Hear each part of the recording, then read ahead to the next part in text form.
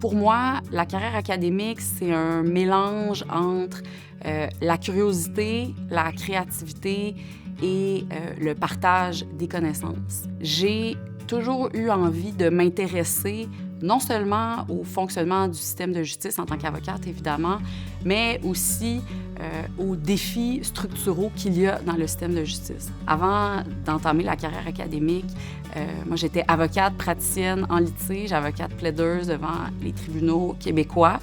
Et à tous les jours dans mon travail, j'étais confrontée à certaines de ces limites du système de justice, des limites d'accès qui affectaient la vie de mes anciens clients. La carrière académique, pour moi, amène cette possibilité d'être curieux, mais également d'être créatif par rapport à nos observations, parce qu'on observe, mais on a le droit de se permettre de remettre en question, repenser les manières de faire. Ici, à la Faculté de droit de l'Université de Montréal, à mon avis, on est un environnement pour faire de la recherche qui est extraordinaire. J'ai eu la chance de faire mes études de maîtrise et de doctorat ici à la faculté. C'est un projet où je me suis intéressée à un fondement particulier du système judiciaire, le principe de contradiction. Le principe de contradiction, c'est un principe d'équité procédurale qui donne aux parties le droit d'être entendu. Donc, quand on va devant les tribunaux, bien, on veut présenter notre position, on veut être entendu. Et le principe de contradiction vient garantir ce droit-là aux parties. Actuellement, le principe de contradiction, pour le dire simplement, donne une grande liberté aux parties. Et cette liberté-là, elle a pour conséquence d'encourager les débordements procéduraux. Ces débordements-là, ils coûtent cher, ils causent des délais.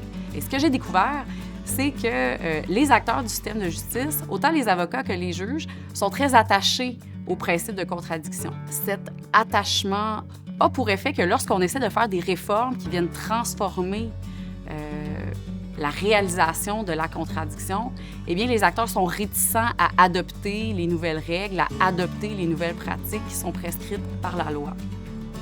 J'espère que mes travaux, puisqu'ils s'intéressent à la résistance qu'il peut y avoir au changement dans le système de justice, j'espère que mes travaux pourront encourager certaines transformations qui vont améliorer l'accès aux tribunaux, l'accès à la justice pour les citoyennes et les citoyens.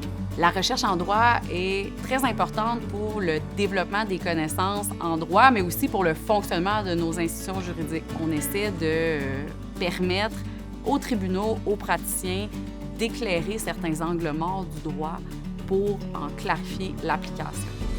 Une des choses qui m'anime quand j'arrive à l'Université de Montréal, c'est cet amalgame entre mon travail de recherche et la passation des connaissances aux étudiants dans le cadre de mon enseignement. J'ai la chance d'enseigner aux étudiants de deuxième année.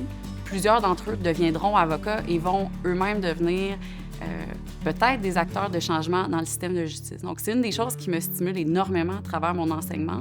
Non seulement leur enseigner la procédure civile, leur transmettre cette passion que j'ai toujours eue, même avant en tant que praticienne et maintenant en tant que chercheuse dans le domaine. J'espère que les étudiants, le jour où ils arriveront en pratique, ils se rappelleront des réflexions qu'ils auront eues ici à l'Université de Montréal lorsqu'ils étaient dans ma classe.